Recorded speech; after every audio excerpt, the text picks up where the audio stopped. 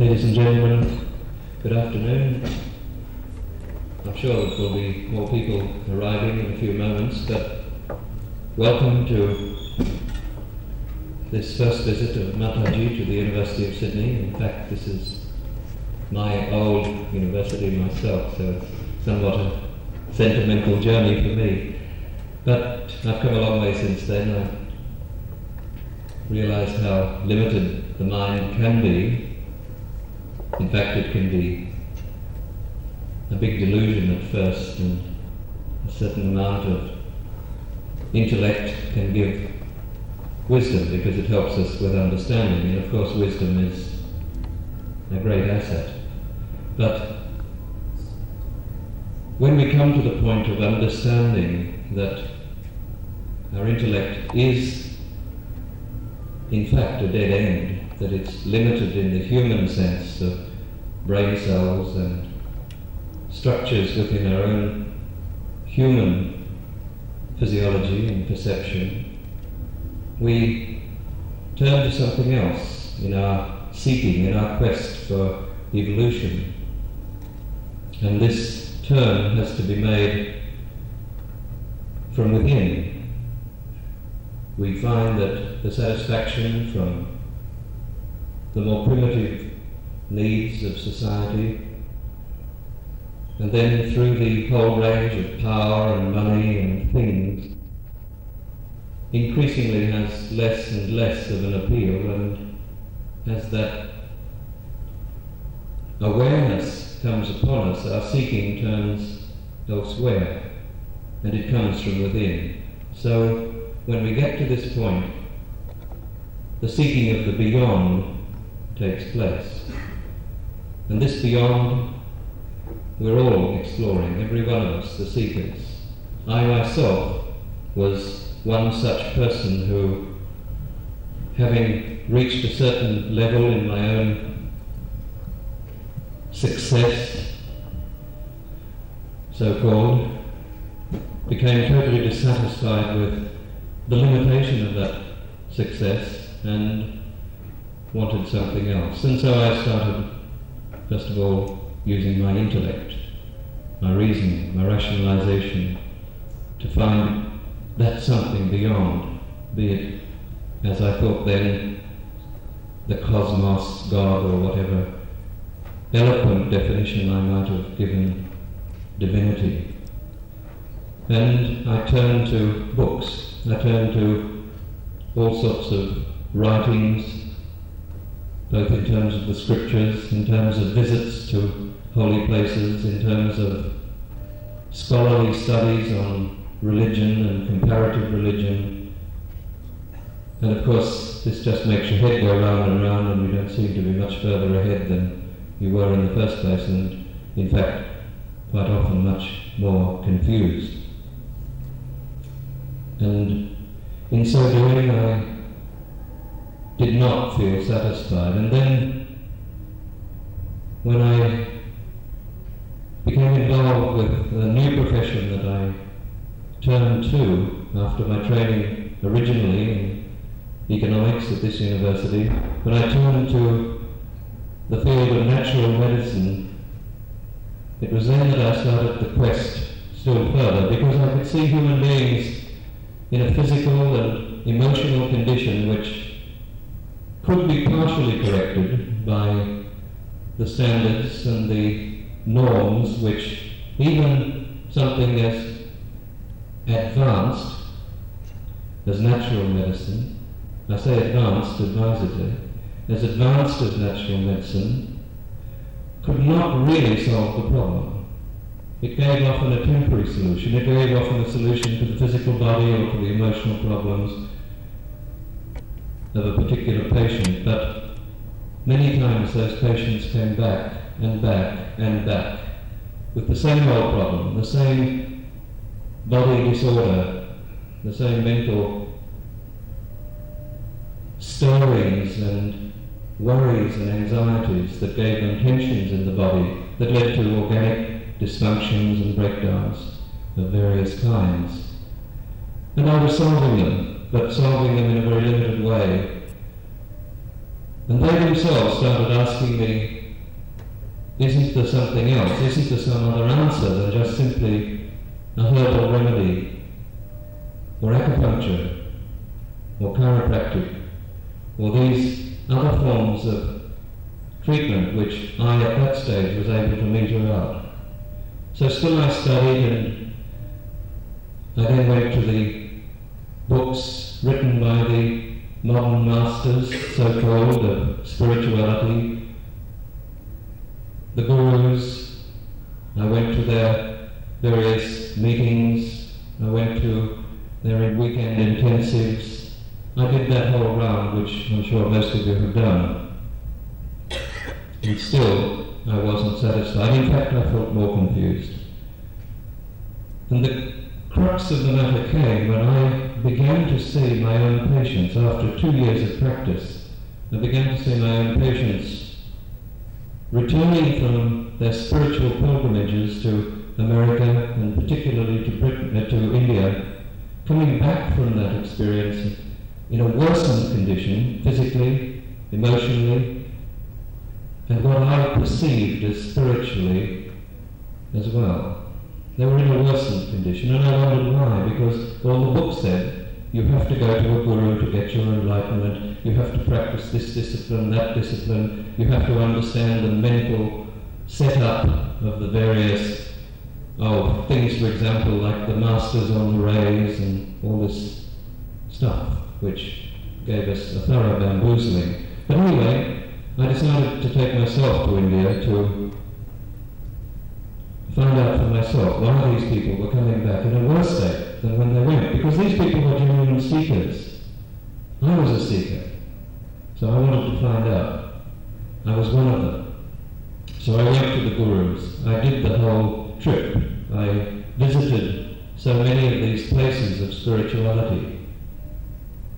And some of the gurus I met, some I didn't meet.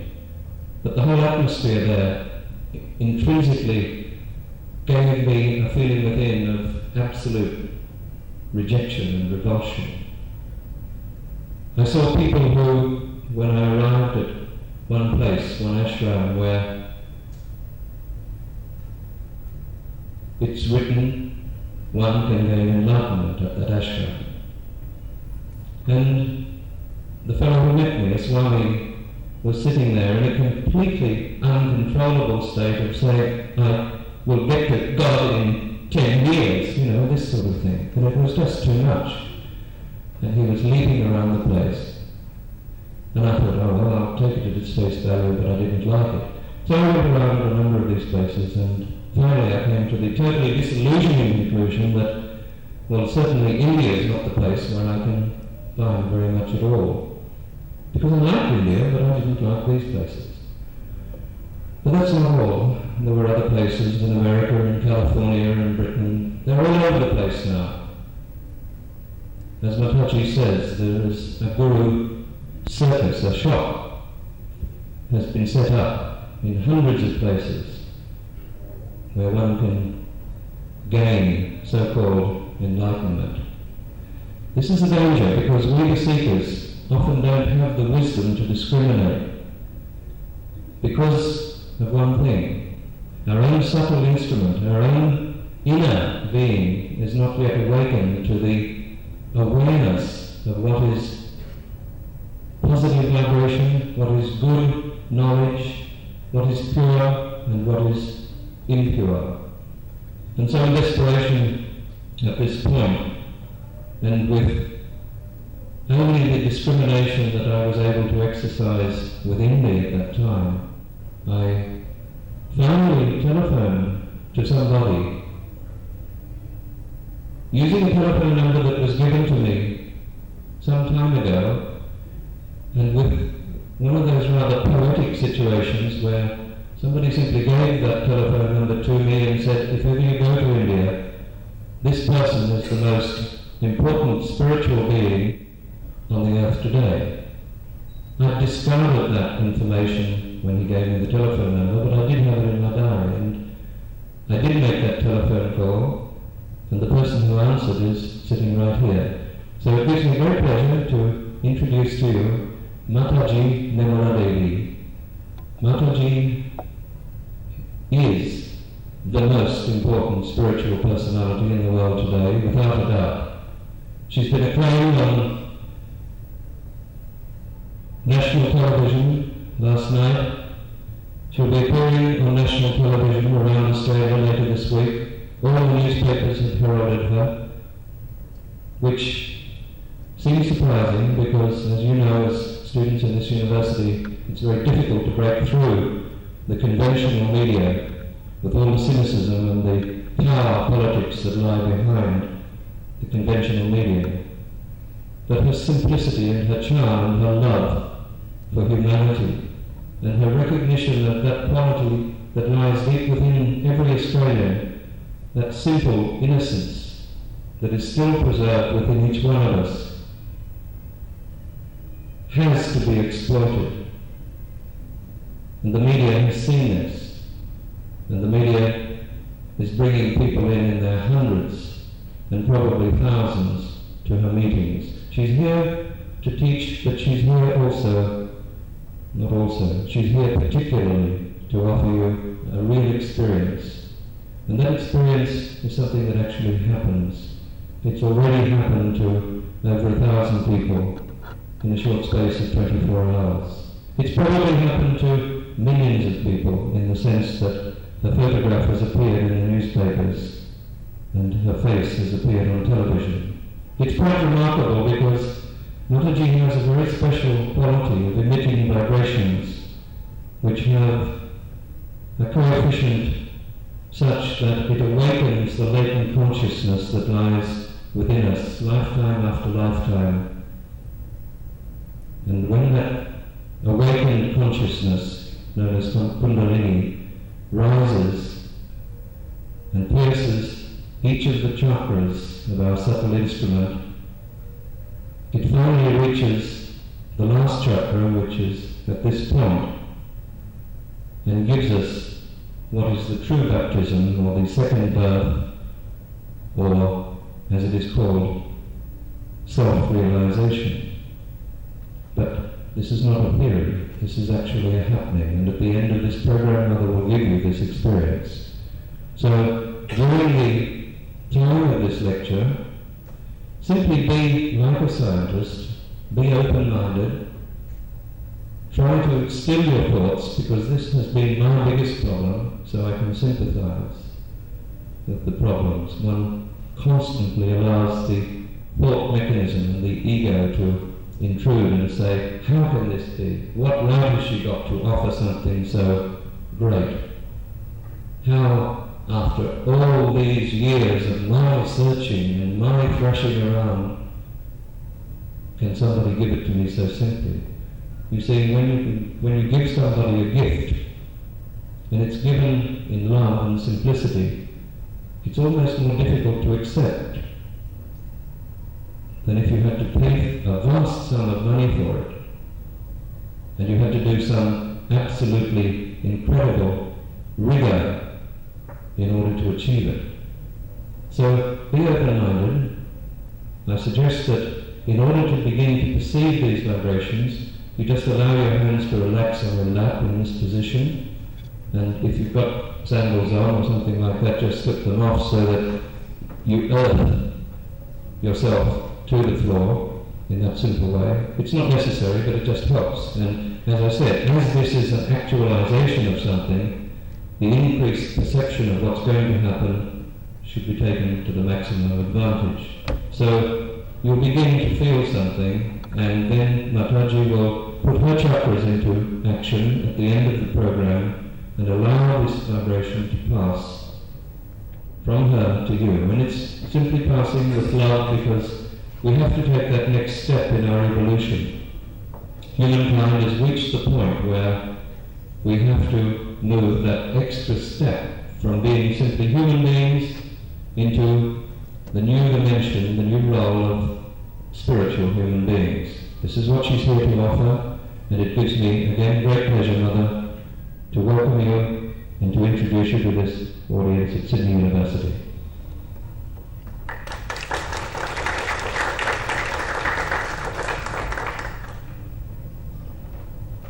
It was really very kind of you to have invited me to speak to the university students. The word university itself is very suggestive, that you come here to become a universal being. Perhaps you may not have realized that when you joined the university.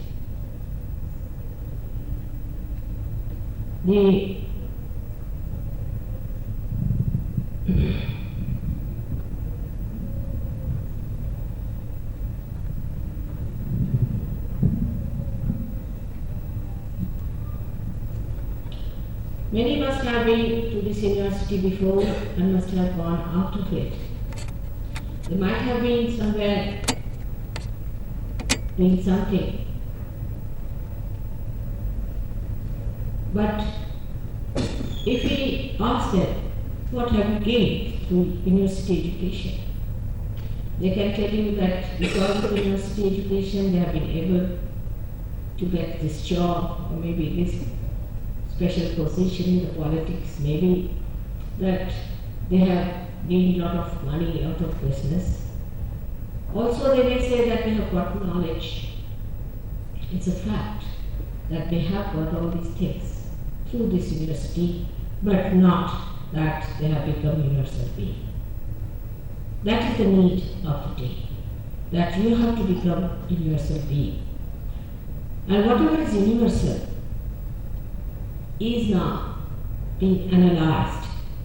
When you are not a universal being, how can you analyze whatever is universal? For example, if you go to any university, in the same way in this university, I found there's a science section, and there's a chemistry section, there's a physics section, and sections and sections and sections. So, analytical method is developed. In a different chance, we put different people to study a different aspect of life. Like human beings too. We study them as if they are different beings within themselves.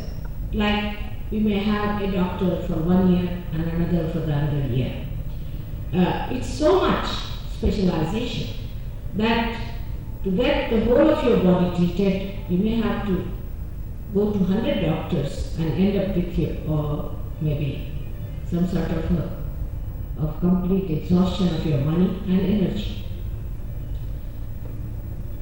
When you become a universal being, in the real sense of the word, it's a becoming, I'm saying it's actualization. It is not something for which you can pay. It's a very different thing. It's a living force within you. The living force that works out your body. Now think of your own body, how it works. There are so many things which are done with reflex action within us. If somebody pinpricks you, immediately reflects the activity. It's all built within you. Your digestion is going on without your understanding. So many things are going on in your body which are called as autonomous nervous system. You do not know how they are worked out, what attention you have to pay to them. It's just done by itself. Because the whole being is aware of your body. It knows what are the functions, when to cooperate, when to coordinate. When you want to run, your hands don't move, your legs start moving.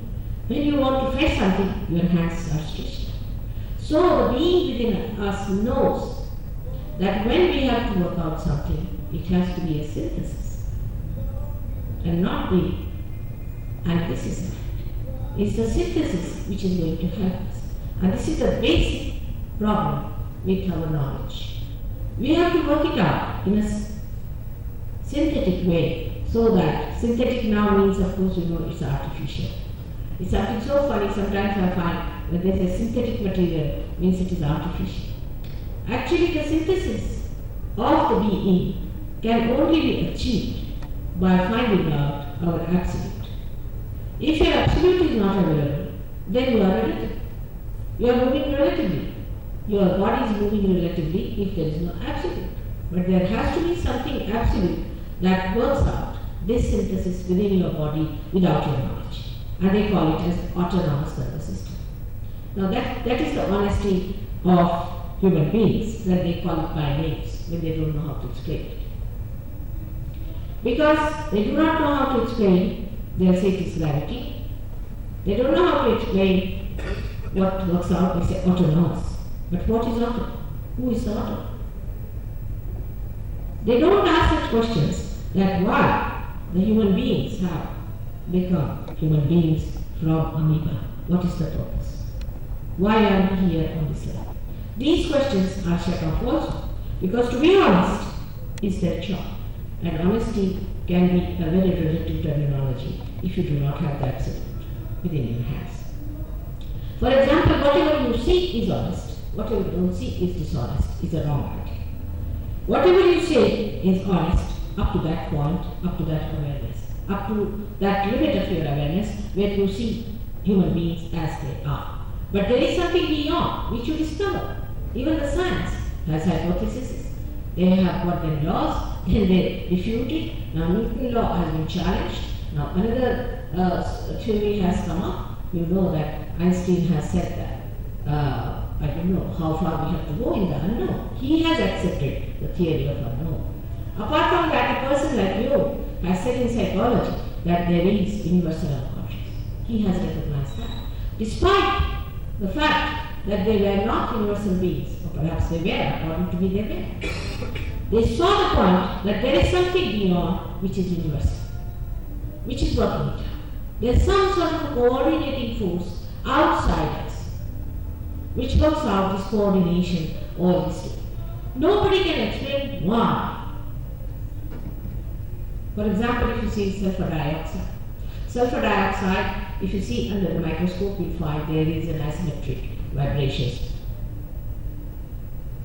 But they cannot say from where it comes. What's the purpose of that? Who has done it?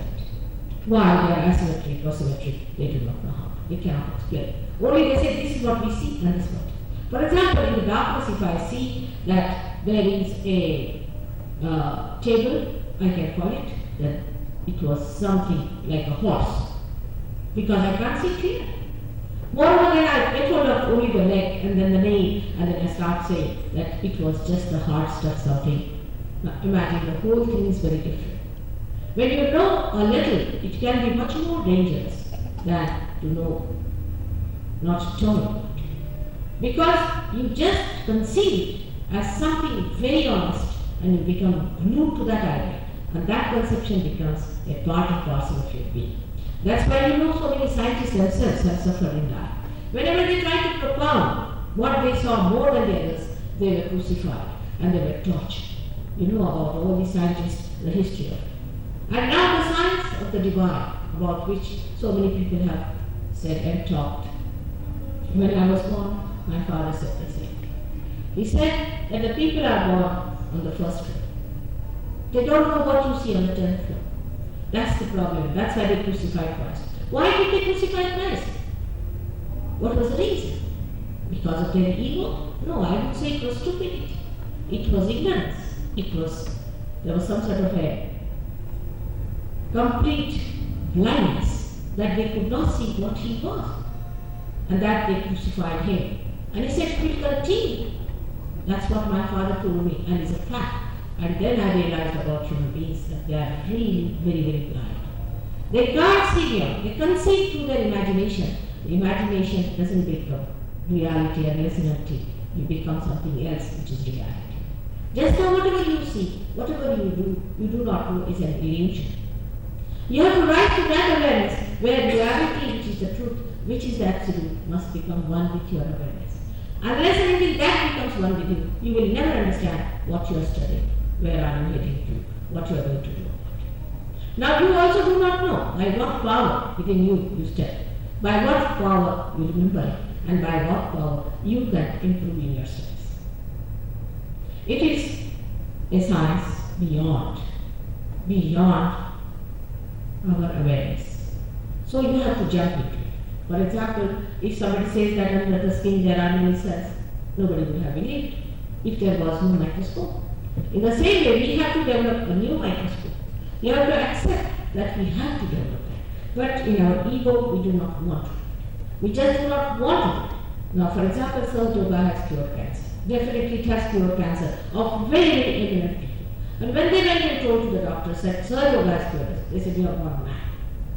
If you are like that, blind, then you are alright. If you are not like that, then they say you are blind. Now, even when they can produce results, saying that, see, this was the case you showed us, and this was the thing, this is our case history. Now, believe that SahajaYoga has cured cancer. They don't want to believe because they are worried. They think that, oh, all this we have known so far is all going to be wasted. No, it's not going to be wasted at all. Whatever knowledge you have now gets enlightened after the realization. For example, now look at Dr. What? He's a very well educated economist and he knows such a lot about the body and everything. He's such a good surgeon because once he got enlightened, he knows the answers for many questions which are not yet answered. And he can communicate much better than anybody else who is not an educated person, who doesn't know anything about it. For example, I myself studied medicine because I knew I'll have to face the doctors and it would be difficult because human beings have given names to everything and I won't be able to communicate with them and talk to them. Secondly, I had to also study a dictionary of psychology to understand what they call this and what they call that. So this knowledge is not going to be wasted, but this knowledge, if it is not enlightened, if you do not see the complete truth, it is going to be of no use. First of all, self-realization is where we are studying. All of us have to have our self-realization. In our evolution, we have gone through all these various chakras up to the point where it is, at this point. In the limbic area, if you are doctors, you will understand my words. You do not know anything about auto, you do not know anything about parasympathetic, and you do not know how the parasympathetic works out. Now, this portion is the one which is called as the baptism area. And this is the real baptism. It's a living force within us. It's a living desire within us, which resides in the triangular bone called as sacred. Now, as you know, sacred means sacred. So that we somehow through the unconscious knew, like the way they gave name to this university, a university. This has come from the unconscious. That tomorrow these young people who are studying here are going to become the universal people. That's why it's called university. Otherwise, there's no need to call it university.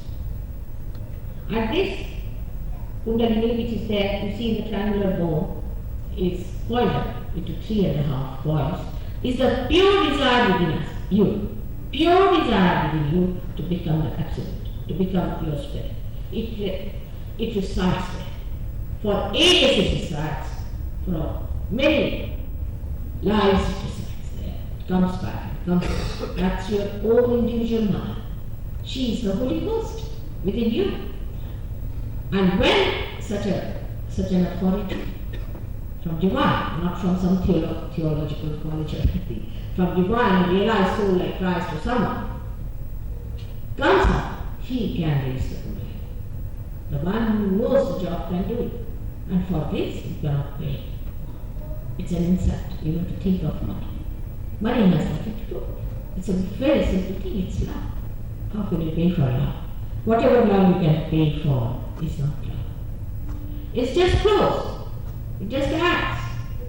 And you can see it can make it eyes for scientists who should see. We have a film in which they have been able to see that. The pulsation of the Kundalini. And the triangular bone, the rising of it and the breaking. Many saints have described about it, how it rises, how it goes up. For example, Christ has said that I will appear before you like tongues of flames. How many people have tried to understand this sentence? Or they may give you some explanation, something. These are the centers which really look like tongues of flames.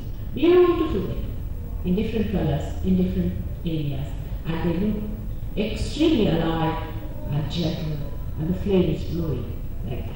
This is what he said. I will appear before you like tongues of flame. You also do not know anything about Christ, because he was not allowed to live more than 4 years in the real sense of the word, because most of the time he was missing from it. Now today I would like to know how many of you students will recognize Christ. With all your knowledge, with all your PhDs and MADs and everything. You cannot recognize Christ. That's a fact. Why? Because you have not felt your absolute. And unless and until you have felt your absolute, you cannot recognize absolute. So you must get that. You have to have it. And it's a very simple thing, absolutely simple, because it is living. Whatever is vital has to be simple. Supposing for your breathing, you have to come to the university and know how to breathe and how to have your lungs contracted. How many of us could have survived? I mean, whatever is vital, we know very well how to do it.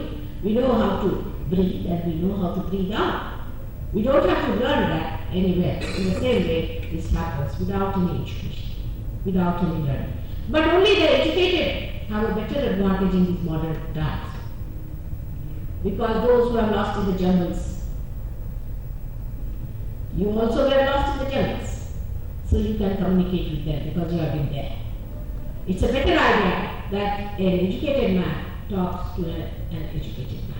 Sometimes an uneducated man can also impress. I've seen some people are very much impressed by a man who is uneducated and who is a realized soul. But when it comes back to that, they start rationalizing and thinking, how can that be? How can it be? Everything that is written in the scriptures is the truth, no doubt. But the people who try to preach that are very far away from that. They have deviated. The only thing that they had to do was to seek themselves, to be born again. None of them have done it. There have been big temples and churches and mosques and this and that, and big fanaticism around you. All our aura is covered with that fanatic, suffocating force, which doesn't allow you to see that whatever is God has to be universal. It's like many flowers on the same tree, and they have plucked it. And they say, this is my flower, this is my flower. The flowers are dead, ugly, horrible. They cannot grow, they cannot grow, they cannot create fruit out of that. This is what is the condition of our so-called religions now. I do not want to have any confrontation with them. If they even now decide that you have to do God's work, it will happen. Definitely it will happen, no doubt, but they have to decide. Christ has said very clearly in the 2nd chapter of Matthew, 2nd verse, you will be calling me Christ, Christ, I want to know Christ. That's very true. It's not questioning of you recognizing him, but he should recognize, because the advent of Christ is going to be terrible. Absolutely terrible. He is not going to talk to you, convince you, or comfort you, or give any concept, as I am trying my very best. But he will just come for the last sorting out. Because I declare that last judgment has started. The last judgment takes place only through Kundalini awakening. There's no other way out. God is going to do it through living process. That's why our mass realization is coming. I'm now seeing the university, you could not even find people to fill this hall. I would have given realization to all of them, but they're not interested. This is not the fault of God, it's the fault of the people who do not want to see the truth and meet the truth. You cannot help it. Because of their ego, because of their possessions and conditionings, they have so much lost now that I find that we have to have some selection. And this selection will go on to a point. And after that, you have given all the chances and all the knowledge as to how to correct yourself and how to be in the kingdom of God. But later on, this last has to come. And that time, there will be no arguments, no talking, nothing. Just the last sorting out. Just the last sorting out. That's what it is. It is very hard for people to believe in Christ even when it comes to ego. There are many people who think, how could there be Christ? How could there be evil? Now, I am going to prove not only his existence, but the existence of all the prophets and of all the great incarnations on this, and to show what is their connection. As Christ himself has said, those who are not against me are with me. All those who are with me is a big family, and I want you to get introduced to that family and to know for definite that they are there. How do you do it? How do you believe? You should not believe me otherwise. If you are free, you should not believe me, because I am not here to entice you or to give you any kind of a charm or what you call a mesmerism. But you are absolutely free. Now, in your freedom, how do you know what I say is truth or not? First of all, you must get your realization. For that, you don't have to do anything. It's very simple. I'll work it out. But after that, you ask any fundamental question, and you will find you are like a computer. You are now connected to the absolute, and you are getting the report, the answers from the absolute. You ask any question, for example, you can ask, is that God? Immediately you get a lot of vibrations. You ask another question, was Christ the Son of God? Immediately you get. Now suppose you have some fake guru, you ask about it, your vibrations will stop and stop for quite some time. It's so obvious. Now this is one thing nobody can do. Now he's talked about the fake gurus and all that. I'm really ashamed of them. Really I'm ashamed of them, but they come from such a great country like India. India is a yoga bhumi, no doubt. It's a country of great yoga and a country of saints where great people live. But you see, the market was created by the seekers of God and the demand came. I'm sorry for that this should come from India. But as that country is such a powerfully spiritual country, hypocrisy goes around.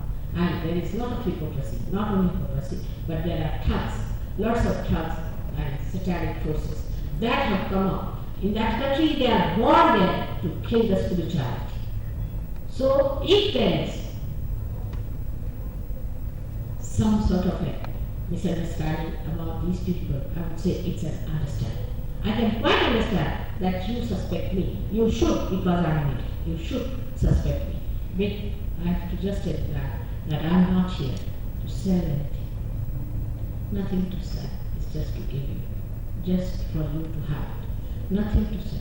It's love and love and love. I do not know, because I see some students are studying something, some are studying something, and there are some law students here. Now for the law students I can tell that you must know the divine laws. If you know the divine laws, that is the basis of all your human laws. If you learn the science of divine, then you will know the science of divine is based, or I should say the whole of this science is based on divine laws of science, of God. All these things one must know, because whatever you see now is not sufficient enough. You have to go a little beyond to see. If the room is dark, you cannot see anything. Whatever you see is very limited. But if there is light, you can see everything and relate everything to everything. I would be very happy if some of you will ask me questions. I would like to answer them. But don't do too much, because yesterday when I told them, they went one by one and there were at least 50 questions, you see, and the people were fed up because most of them were seekers, 90% were seekers, and they wanted to feel the realization. It was too much, and then I had to say that now stop it. It's too much. You are not interested in getting realization. You are just trying to be fun. It's very easy to make fun of everyone. It's very easy. You see, that's the only thing you can do very easily. It's very easy. But to understand something deep, you have to be a deep personality. If you are not a deep personality, you cannot get near Sahaja. Never. So please understand, it is for your good.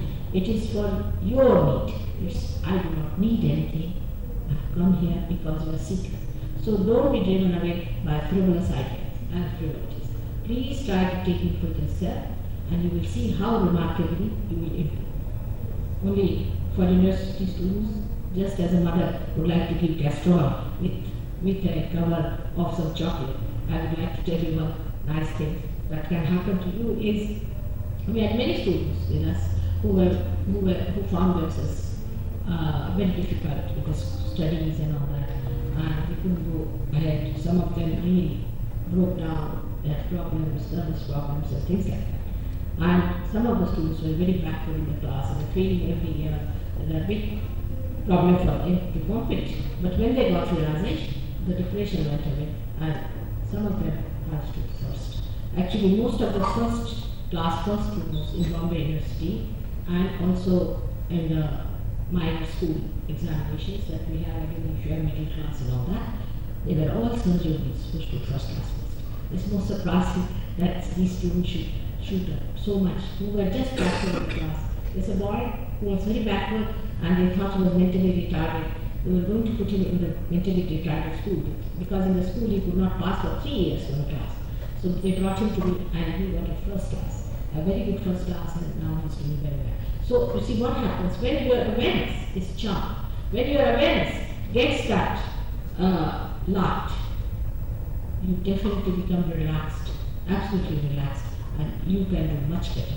But this is just an encouragement for you. The main thing is you must ask for the real. May God bless you.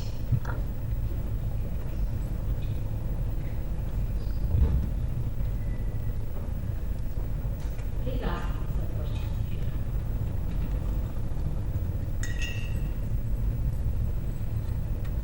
You came late. I hope we didn't miss that. All right. Just before the question, just so that the people that are here are aware of Mataji's program in Australia, she's going to be speaking at a series of lectures at the Maccabean Hall. She started last evening, as I told you, and those lectures, those talks will be going on Monday and Wednesday and Friday nights at 7 o'clock at the Maccabean Hall in Darlinghurst. And it will be going on this week and next week and probably the following week. Mother's going to explain in detail and work through chakra by chakra and the various aspects as it affects your own being, and finally a discussion about the consummate experience of realization and how you have to develop it and let it work out. So if this has seemed a somewhat brief lecture, don't worry, this will be going into in great depth on a very, very systematized basis. This time, feel free to ask some questions and Mother will do her best to answer them. We have some time for questions because being in the university, you see, they're used to that. And all teachers have to answer the questions, so I have to. I'm quite, all right, now ask the question. Come on. Well, I feel rather embarrassed because you might have explained before. But what is realization in the sense of, do you believe in reincarnation and reincarnation in the sense of karma, leading us on to higher stages in each progressive lifetime to the end being realization? What is realization? Do you believe in reincarnation and the whole aspect of karma and so on and so forth as it leads you in the higher stage of evolution? It's many questions put together in one, right? Let's start the first one, alright? The first one is very, very sensible, and one must know what is self-realization, because that's how you are described it. Self, what is your spirit? I say, you take it as a hypothesis. You don't accept me as a law, but you just take it as a hypothesis, and I'll prove it to you later on through realization, alright? So we keep our mind open about it. It's a self in our heart, which is a reflection of God Almighty. Now you have not seen me, nor do I want you to believe what I say is true, but keep yourself open as you keep yourself open for any education whatsoever, because you don't know. That's why you have come there. You keep open, you see for yourself, and it is true, you accept. Alright? So we have to have a very scientific attitude towards this subject. First of all, that it is in the heart that the spirit decides. It resides. But it has its seats here on top of our head on the contrary way. Now I say, now within us lies this energy about which I told you before you came, that this is the energy which is called as Kundalini. It has got coils, that's why it is called as Kundalini, 3.5 coils, and it resides in the triangular bone.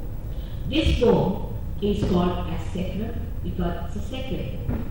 Now this power within us is the desire power, which is absolutely pure power, which is not contaminated by our ego or soul. And the purest form of that power that we have got, the desire, is unmanifested, is completely residual there, waiting for a chance to be awakened, so that it integrates all your beings which are shown here in your evolutionary process, and that it touches here, by which your awareness gets enlightened like a spirit. Now, this power which is within you is your own mind. She has been born again and again for this occasion. Like this instrument we create, alright? Now this instrument is created, and if it is not put to the means, it has no meaning. In the same way, this chord say is the Kundalini, for analogy say, and this is the instrument that is you. Now this chord is lying coiled up, but when somebody knows the job, who is an engineer, can come and put it to the means. As soon as you put it to the means, you see the miracle of this instrument.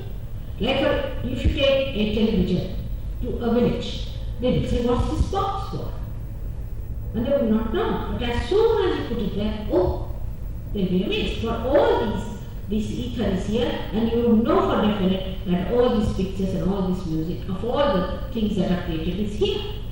But unless and until you have a television put to the means, you cannot feel it. In the same way, you are an instrument specially created for this, that you should be put to the means and you should feel this power.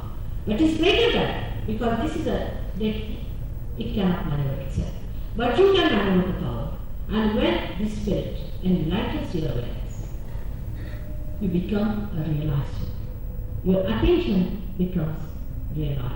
You become collectively conscious. Again I said become, not talking. That you are a brother of his and you are our brothers and sisters and we are universal thing.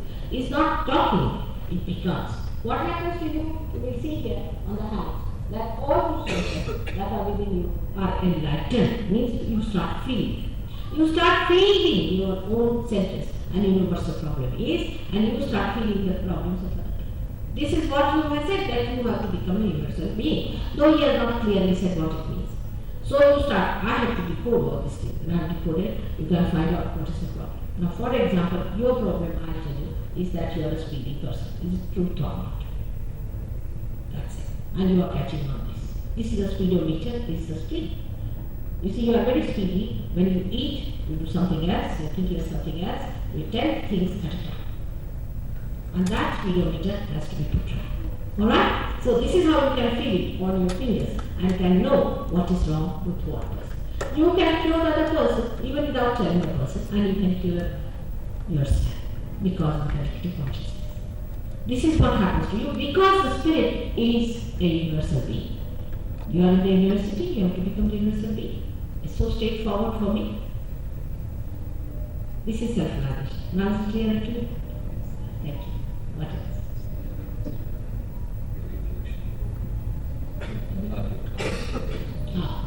Now about karmas and all these theories have come to you. These people have nothing to say.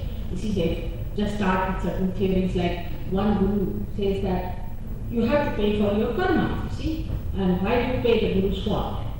Let us trickle them out. You see, if we have to pay for our karmas, what's this of having a guru around and paying all the money to him while we are paying for our karmas? See, after all, he has to do something about it. But they do not do, they only collect your money and tell you this story that you have to pay for your car. You see, that's not the way it should be. After all, if there is a guru, he must at least keep your health all right and wealth all right, but he takes all your wealth, gives you bad health. That sort of gurus are around. Many of you know that. I'm here to tell you all the dangers of this horrible period in a minute. Now let's see about your karmas. Here, you see, on the left-hand side, you see a blue line, and the left, it moves down up to the lower center there, is the power of desire in us, which is manifested. It's the emotional side of it. On the right-hand side, you see, this left thing is the power of action. This power of action gives us the power to act upon our desires. See? Now, this one, the left one, when you see that a big balloon is the what you call the mind or the conditioned stuff is called as the super in psychological language. Now the other one is the ego that develops as a byproduct, like the smoke from the chimney of a factory, that when you work very hard, it comes up like a balloon, it's Mr. Ego. And this ego comes up and it starts feeling, I'm doing this and I'm doing that. In a way, it's all right up to a point where both of them are balanced and kept like this. Then the Kundalini varies very much. But when it is an ego-oriented society and you are put to competitions and all that, just go on pumping into it. For example, this PDS also comes from that you have to compete with this and compete with that, and do this and do that. And then this balloon goes on rising as ego. Now, who feels the karma is this Mr. Ego? Nobody else. If this ego is there, you feel that I'm doing it. Actually, what are you doing? You are doing that. What you do is dead. It's nothing dead. Like, you see, you make a tent from a dead tree, you make a tent. Make this building. From the dead rocks, you make a building. All this is dead and dead and dead. Do you do any living work like transforming a flower into fruit? Can you do it? You cannot. So what we do is our myth. We have done this, we have done that, we have done that. All this work goes to waste and has no meaning, because whatever you have done is a dead work. It's not joy-giving. Economics says that a particular amount is sachet, alright? Particular amount is sachet, but in general they are not. So these matter forms that you are using are just giving you habits. Just giving you habits, enslaving you, and are not joy-giving. So whatever work you do is really not joy-giving. So whatever you do is a myth. And the myth is carried because of your ego. Sometimes I give a simple analogy to understand it, that some villagers were going by an aeroplane which they had never seen before. They were told not to take too much luggage with them. So they went to the airport, got into the airplane somehow, sat on their seats, and they put all the luggage on their heads. He said, why are you doing it? They said, we are trying to reduce the weight of the airplane. In the same way we are doing karmas. When your ego is sucked in, then what happens after realization? You don't say I. You say it's going, it's coming, it's. You become a third person. Now these two can be compared with your accelerator and with your brake. You have an accelerator and you have a brake. Now you want to learn how to drive. You sit in the car, the master is sitting behind. You are trying to, sometimes you press this and sometimes you do that. And you don't know how you are driving on him. But later on, you start mastering. When do you learn? When you learn. When do you become a driver? When you become a driver. I mean, there's no other way of explaining it. In the same way, you become a very balanced personality. You know how to do it by staying in the center. And you manage it to become a balanced personality. Then when you have mastered the whole thing, then you do not bother. It's just going. You are not bothered. You are just seeing it as an automatic thing. The whole thing becomes automatic. But then, at a point, you become the master. You become the master of the whole issue.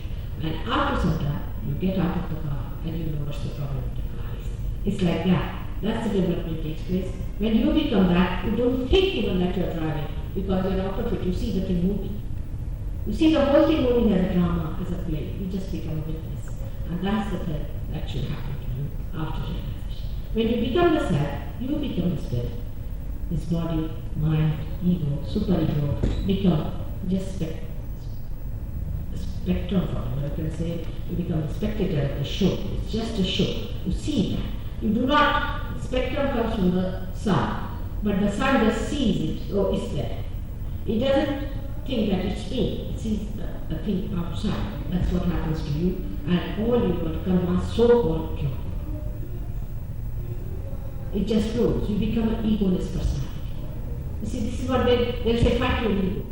Abuse yourself, do this. You should not. If you fight it, it will sit on your head much more. It will become subtler and subtler and subtler and subtler. Like Mr. Billy Graham. You see, he thinks he's egoless. Imagine. He thinks like that. Ask others. You see? That's what it is. And such people may appear to be very saintly, and they walk with a straight nose and very serious faces. Don't go near them.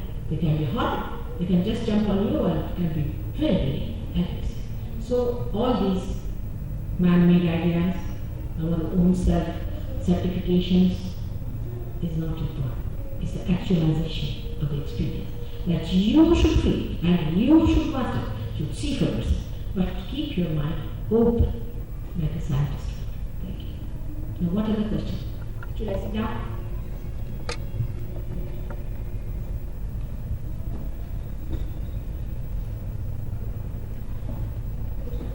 Ask a question. So it was really big.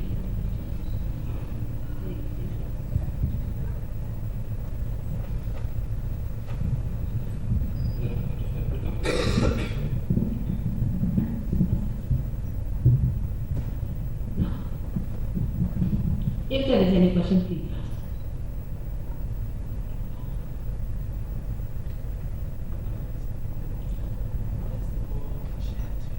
What does chanting actually do? What's the role of chanting? What does chanting actually do? Depends on.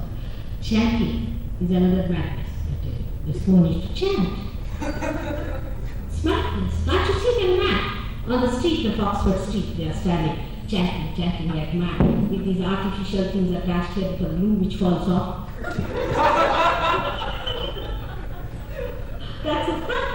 There's no need to this madness of chanting. You see, it's just another habit like smoking, like nothing more than that. It's absolutely madness without understanding anything. There's no need to chant at all. After realization, when the Kundalini passes, all right? When you know that your car has started moving, then you know what gate you passed through. And then also you should know how to pass through that gate. You have to have a password. And that password you must say. If you say that password, you pass it. And you see you go ahead and ahead, but it's a big science which you have to know how to do it. Where is the Kundalini, how it has moved? It's a big science. It relates to actual happening within you. It is not something I give you a name, say Christ. Now you say Christ. Is he your servant? The way we go on chanting his name, I mean, if you go to the Prime Minister's house here and start taking his name, they will all arrest you. Most of the chanters are absolutely possessed people, because Christ is not going to come to you. After all, what right have you got to call him? Only some servant with a name, some funny name will be there, dead, who will possess you and you will get possessed. And they behave like possessed people, all those bundled chanters. Don't you think so? Do they look normal people? Absolutely abnormally funny people they are. They don't realize what they are. See, this is not the way. You are avoiding the issue completely. Chanting, Kabira has said, Manaka, Manaka, Chari, Manaka. He said that what's the use of carrying these to chant? Rosary. In English? Beads. Yes, rosary beads. I don't know who gave them that name. What's the use? Your heart should chant. From your heart. And once you take his name, it should be there. But not possible. You have not yet got the protocol. You don't have the permission. You have to take the permission by getting realized. Unless and until you are realized, unless and until you are connected, where are you telephoning? If you telephone to a person with whom you are not connected, your telephone goes out as a result, out of order. In SahajaYoga, there isn't any place for all this nonsense of wearing dresses and this and that. How much does it take to wear a dress like that? ₹2 you pay in India and you can get it colored in any color, like black, white, saffron, anything. Do you get God that cheaply? Tomorrow they'll say you should. You see, I think it is more a business thing. They might say that if you wear this kind of a wig, then you will get it. So you find this a ring behind it which is selling wigs, you see, and you do not know, and they are come and tell you, if you wear such a wig, then you will get God. Or if you shave, because I think this might have started shaving business with the idea that after hippie started growing their hair, all the barbers must have lost their job. They must have thought, let us start another cult where we shave people off so we get some business. Maybe that. I don't know how it started. If by shaving you go to what, then the cheapies shave thrice in a year. That should be nearer to what? Much earlier than we are. Use your brains. That's the way we don't use our brains. By these outward things, how are you going to go near God? Something has to happen.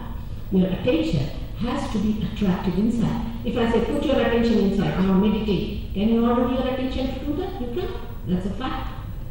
Something has to happen within you so that attention is drawn inside and you get your realization. That's what it is.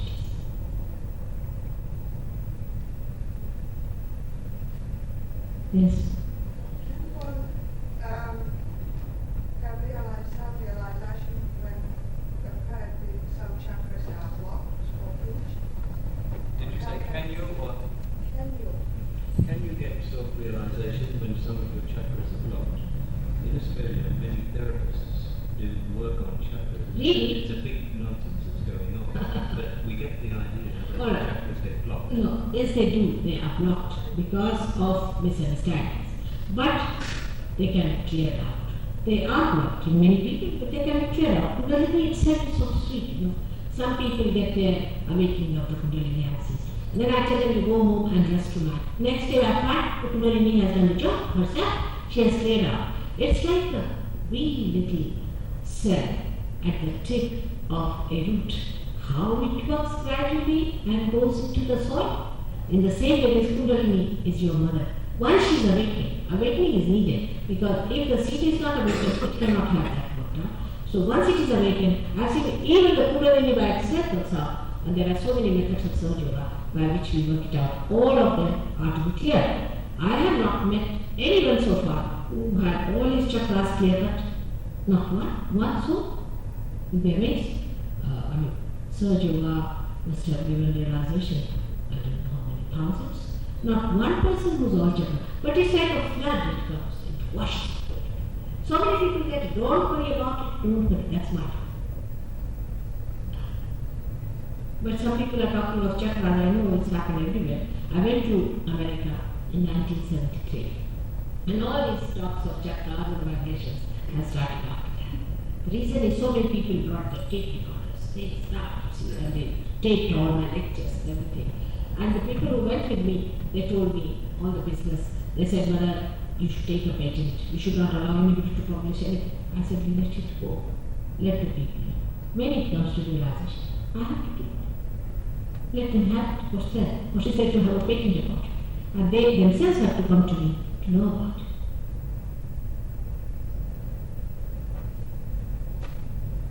It's a very interesting practice that happens here in Australia. There are a number of therapists that charge you $15 a chakra to clear the chakra.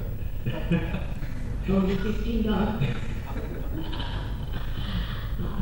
All sorts of nonsense goes on. It's very sad. If you charge money for this,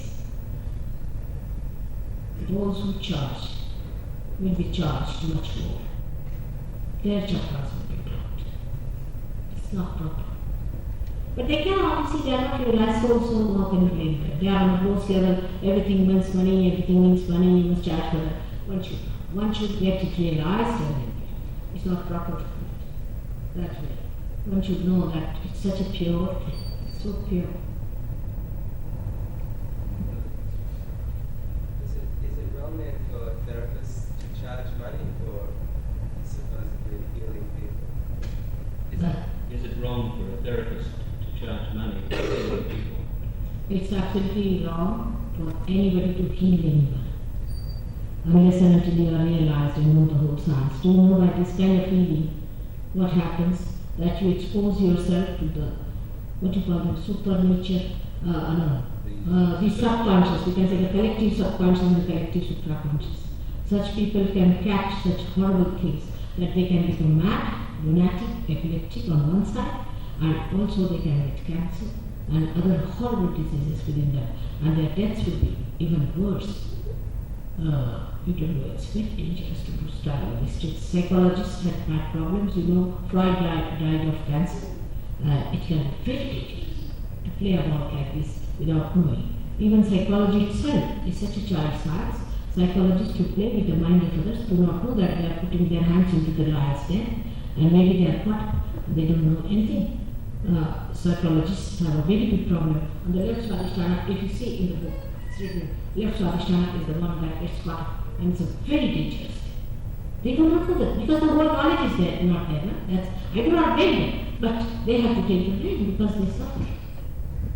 But after realization, you just heal automatically.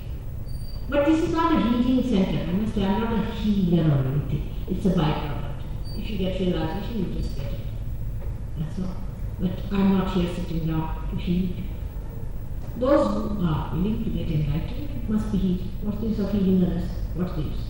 If they die, they'll be back again on the same Mother Earth, like back pennies. Nobody's going to keep them down there. They're going to come back here. So no use treating such people who are absolutely useless.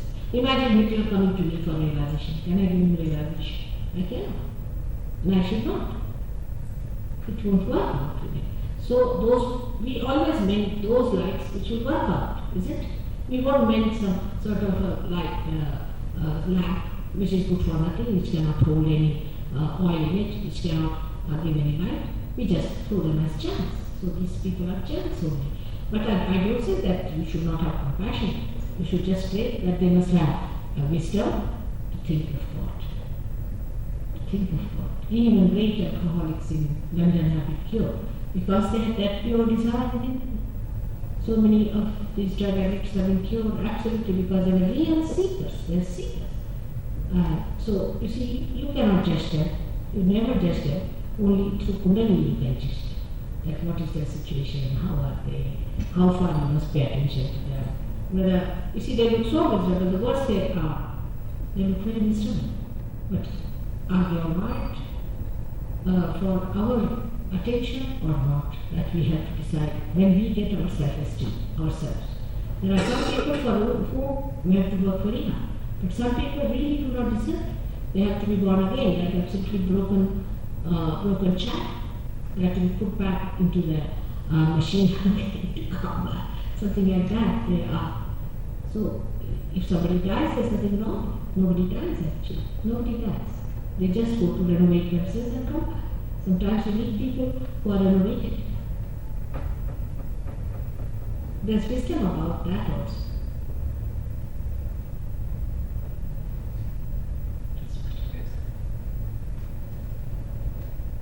Since evil is the master of deceit, how can we know in the future who are the evil ones who come and speak as if they are good but are really evil? How can we have a way of telling which are true and which are not? Well, since evil is the master of deceit, summarize it, how do we have a means by which we can discriminate between good and evil? You see, unless and until you have got the light, you cannot see. That's why you have to have the light. You cannot discriminate. I know that's the problem, but you should use your brains for that.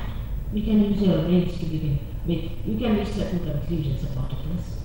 You have got that capacity. You see, sometimes you are so mad with your seeking that you just do not see the point. Mostly it is, I think, is a fashion. Also, you can logically reach certain conclusions. Like I said, that somebody teaches you shave your hair. See, how can that help? It can. Use your brains, you are bringing people. So many people who say that through sex you can get to God. How can that be when all animals we do?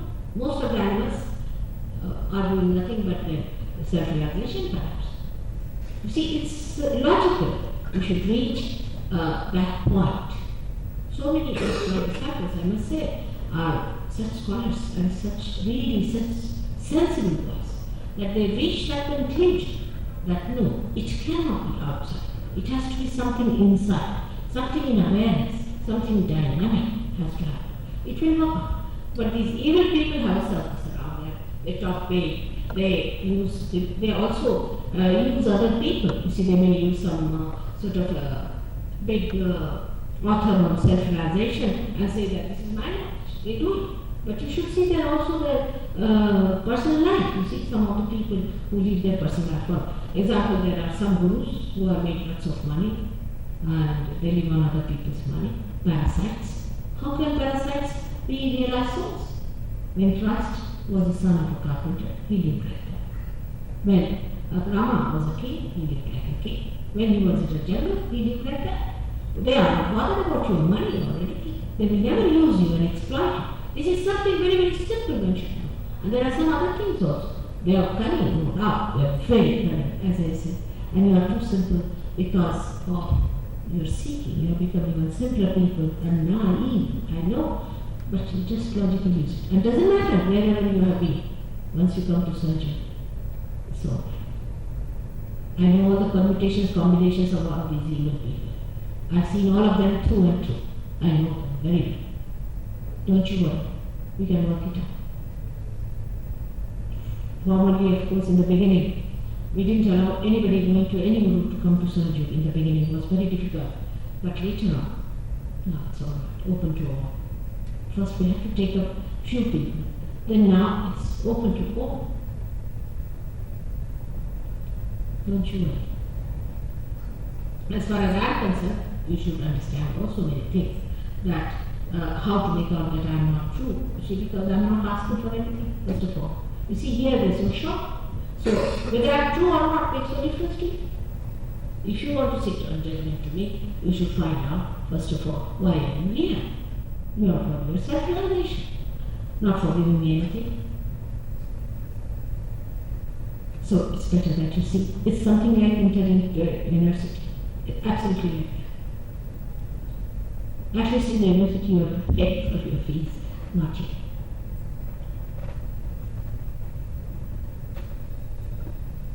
A person cheats you for something, isn't it?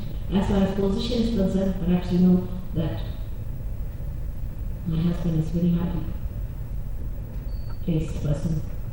That's what it had to be. Because last time they said Christ was poor, how could we accept? Christ was nothing, how could we accept? So let have it now me.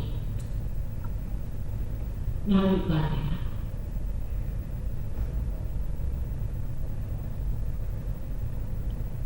He's still in Australia, is a big VIP and is a very big man. And nothing wrong with our family life. We are very happily married.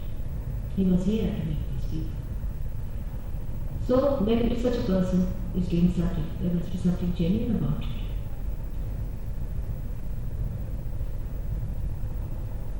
Because whatever I have is my capitalism and I have to distribute it because I am a communist as far as distribution is concerned. The greatest capitalist can only be the communists. Because unless and until I distribute it, I don't feel happy. What a capitalism and what a communism, isn't it? What a combination.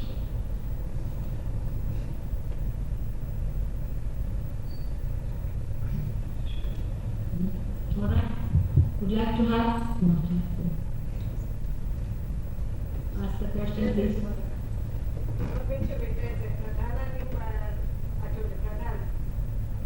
What's it? She wants to meet you later. She wants.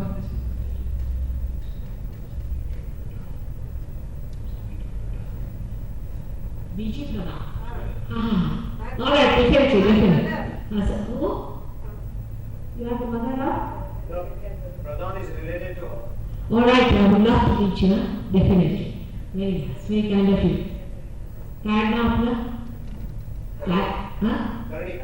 बरं, नक्की भेटूया. हाँ, ह्याच्यानंतर programme आता आपण मी पत्ता देते मग सांगेन कधी आपण भेटायचं ते सिडनीतच राहता ना नक्की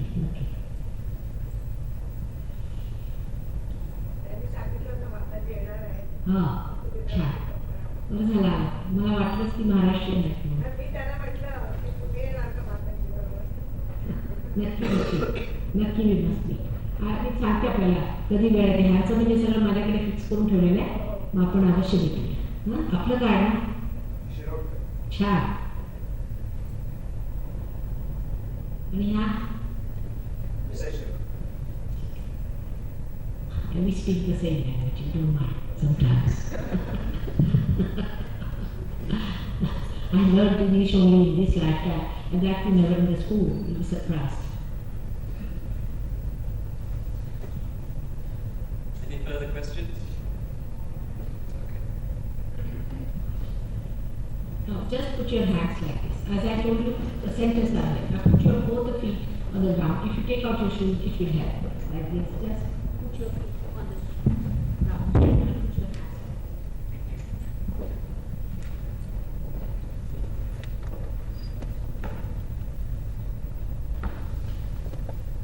Now, first thing is, you are not to condemn yourself by any chance. That you have done this karma and that karma. I have already told you that this is all going to be sakti. So do not feel any guilty. Because that's one of the fashions these days. So you just say first of all, the first chanting is I am not guilty. Class, better do this chanting to begin with. That's very important for all the Western countries because all the poor young people, I don't know why, what has happened to them, that they all feel extremely guilty all the time. Maybe I think they are conditioned that way that you should not feel guilty all the time. So please say within yourself, close your eyes that I am not guilty. Just close your eyes. Just say in your heart, Mother, I am not guilty.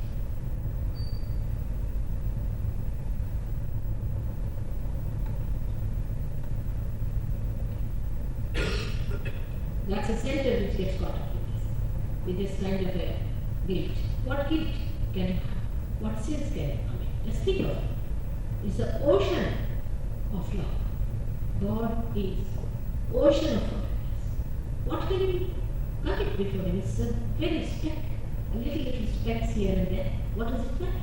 So just say, Mother, I am not guilty. Just say that because that's how you catch a problem on your neck and on your left side of the neck. And also keep your neck straight, neither bent nor raised. Just say, I am not guilty. It's very important. On the left neck, you get the problem with that kind of a guilt. Now,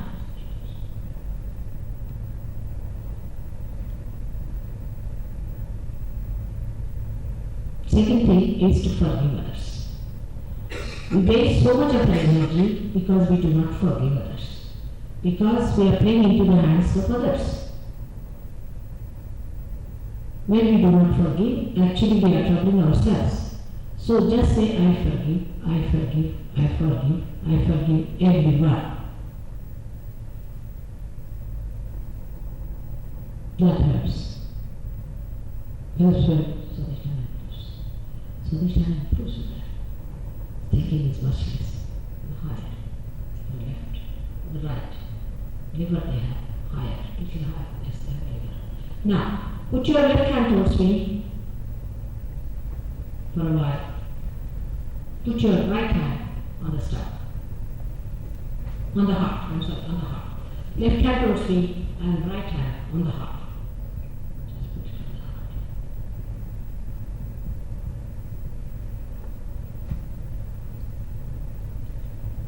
Now you have to also ask for forgiveness, saying that if you have made any mistakes in our seeking, please forgive. But after that, no guilt, because I have said it and it's done. So you just say, please forgive.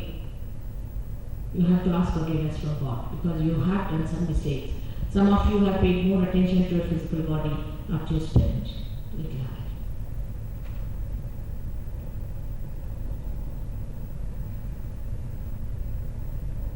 It's telling upon your heart also.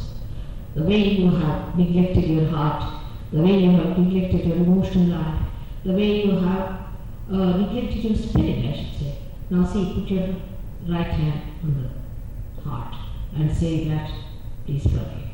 Say it twice.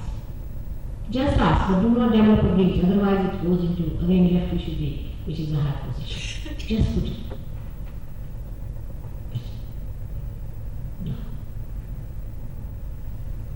Now put your right hand towards me. This right hand towards me. Like this. And left hand also like this. Let me see now what's the problem. Now put your right hand towards me and left hand on the liver. The liver is on the right hand side under the leg. Just go little to the right, not to the center, but little to the right. Now press it hard. And left hand, press it to the left hand. Right hand also. Liver is very much there. Not only with alcohol, it comes with too much thinking, which you will know later on. I'll explain.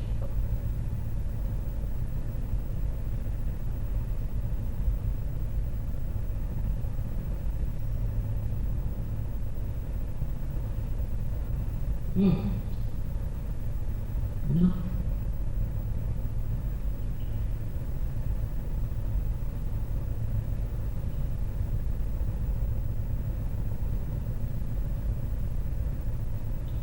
You have to have self-esteem. You are a temple of God. The God has to come. You have rejected yourself too much. Too much you have rejected.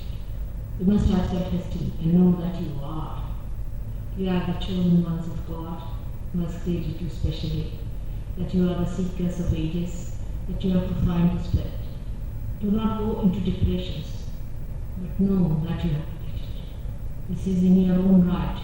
You are going to get it.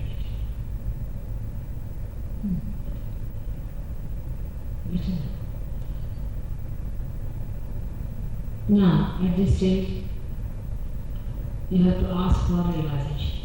Close your eyes and ask for realization. Mother, give us our realization. Just ask for it.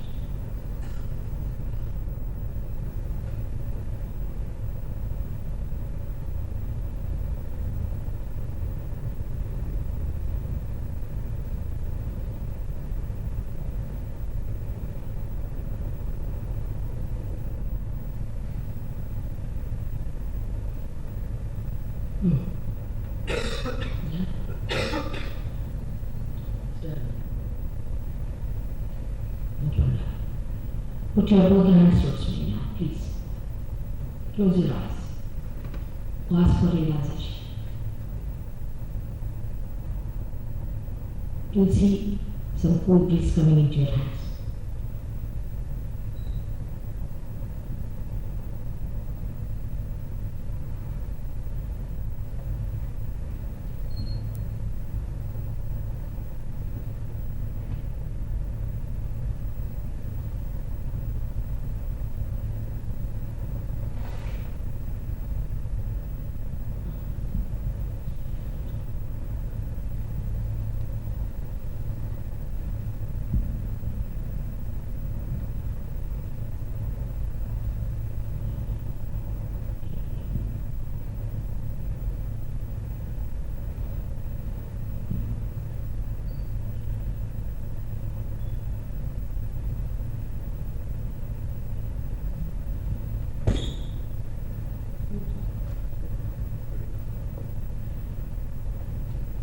You'll also find this cool breeze coming on your head. You put your left hand and see it's coming out of your frontal lip. Left hand. Just put it left hand. See. One hand should be towards you, and another hand. First the heat will come. Come, keep it on top. Here. First some heat might come up. Keep your eyes shut. This is what it is. You cannot do it.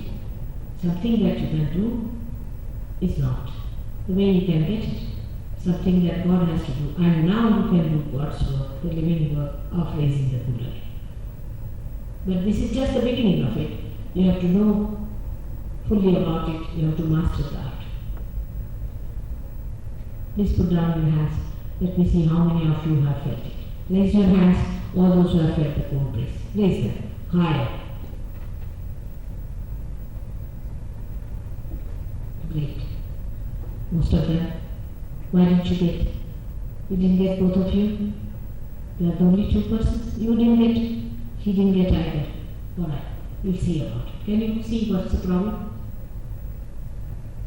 Now here you can see how the chakras which are a little bit blocked. Just put your hands like this. It will take hardly a second, but it will work out.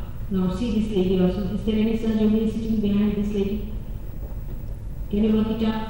You can work. Somebody can? Or someone can come now. Let's just see. Just work out on this lady. They can work it out, see now. They know all everything and you are going to know. In the same way, you are going to become. No? Oh. It's got it? It's got it. It's got Vishuddhi. Put your hands there on his Vishuddhi. Just on the left. Now you don't feel guilty, please. Alright? You've been feeling guilty all through, that's all. What about this gentleman who's behind you? You haven't got it either? Alright, come now. Here. Somebody look after her and somebody look after this gentleman here. What about you behind them in the second line? What's that? No, not you. Those who haven't got it, please raise your hands so these people will come and attend to you. Alright? Now come now. Come this side, then do it. Come now, all of you. Just, please, get it. You must get it. What's the matter with that? What do you say? What's the problem? She's got a shooting problem, Baba. Again, left, right, right.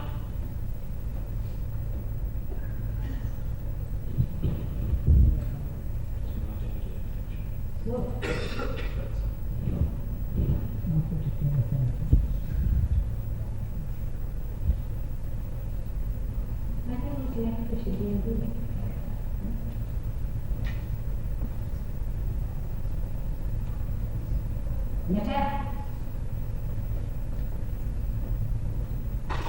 Ask her to close her eyes because it won't pass through again.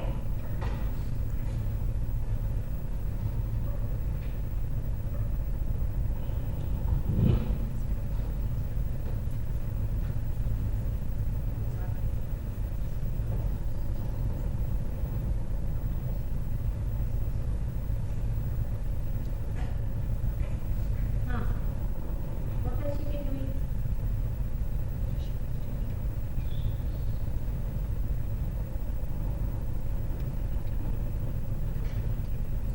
She hasn't been into anything else. Philosophy, natural health is and breathing.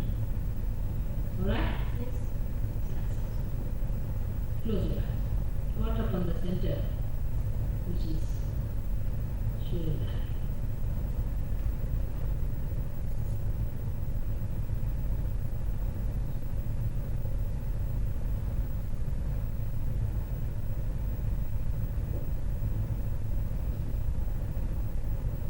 Alright? Please work.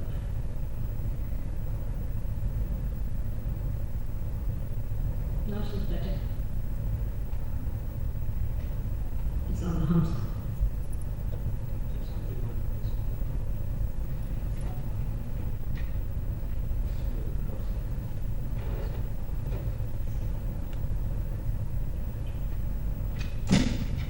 You just go ahead. This, you go and tell him also how to read. You can learn from him. Go ahead. You see, all of you have got it today and learn from others.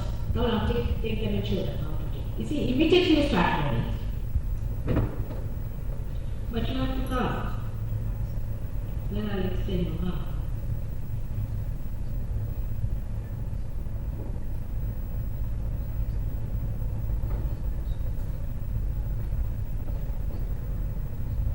Better now. Is she better? Yes. Better now. Move her left to the right and Vishuddhi can show her. But she can see the kundlis here. She can feel the kundlis there. See? Alright? She can't feel. She's already She cannot feel. last year. She didn't feel it then. She didn't feel it then.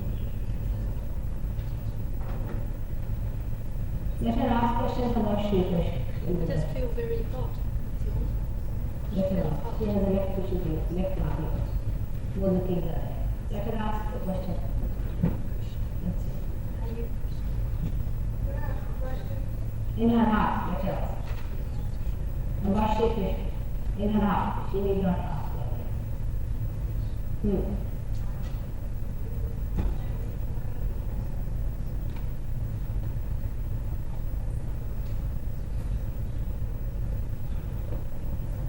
तुमचं झालं का तिघांचं महाराष्ट्रीयन चालत होता नवबाई आला त्यांच्याशी बोला ना नवबाई त्यांच्याशी बाहेर राहतो ना त्यांच्याशी बोलू नये मुलीला कधी यायचं कुठे यायचं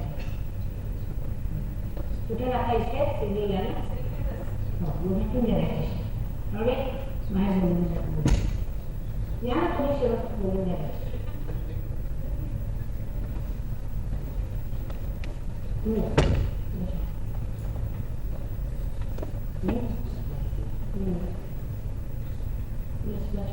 They don't answer only. Answer is a big problem.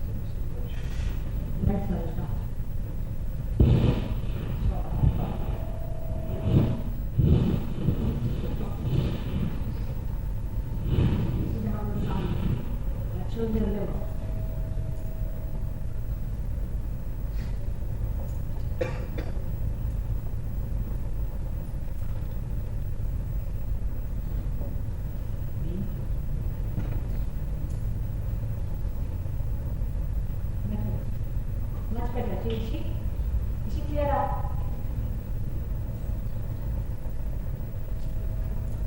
She feels cooler, Mother. I don't feel cool really. I just not as much. She's cooled down. If she comes to the ashram, we'll have to do something about her hair. It may not be so sensitive. It will be too soft. If you are feeling it is all right. But to make her feel it is all right.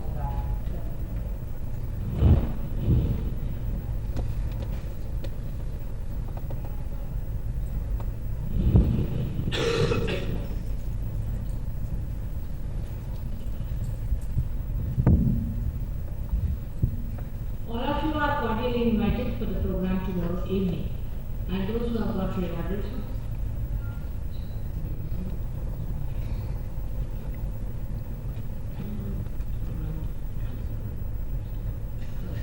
Tomorrow they have to come to the program where I am going to talk in more details. And then later on we have a center also here where you can go and learn about. It's all free, absolutely free. Thank you very much. Thank you. Tell your friends in university that they have missed something. Let them come. Otherwise, the Guru comes here, they'll all learn after that.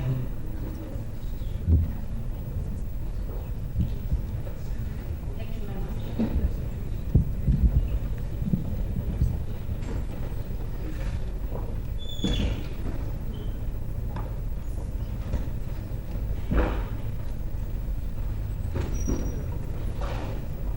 For the SahajaYogi's mother is going back to the ashram now, and she'll be there into the evening tonight. Okay?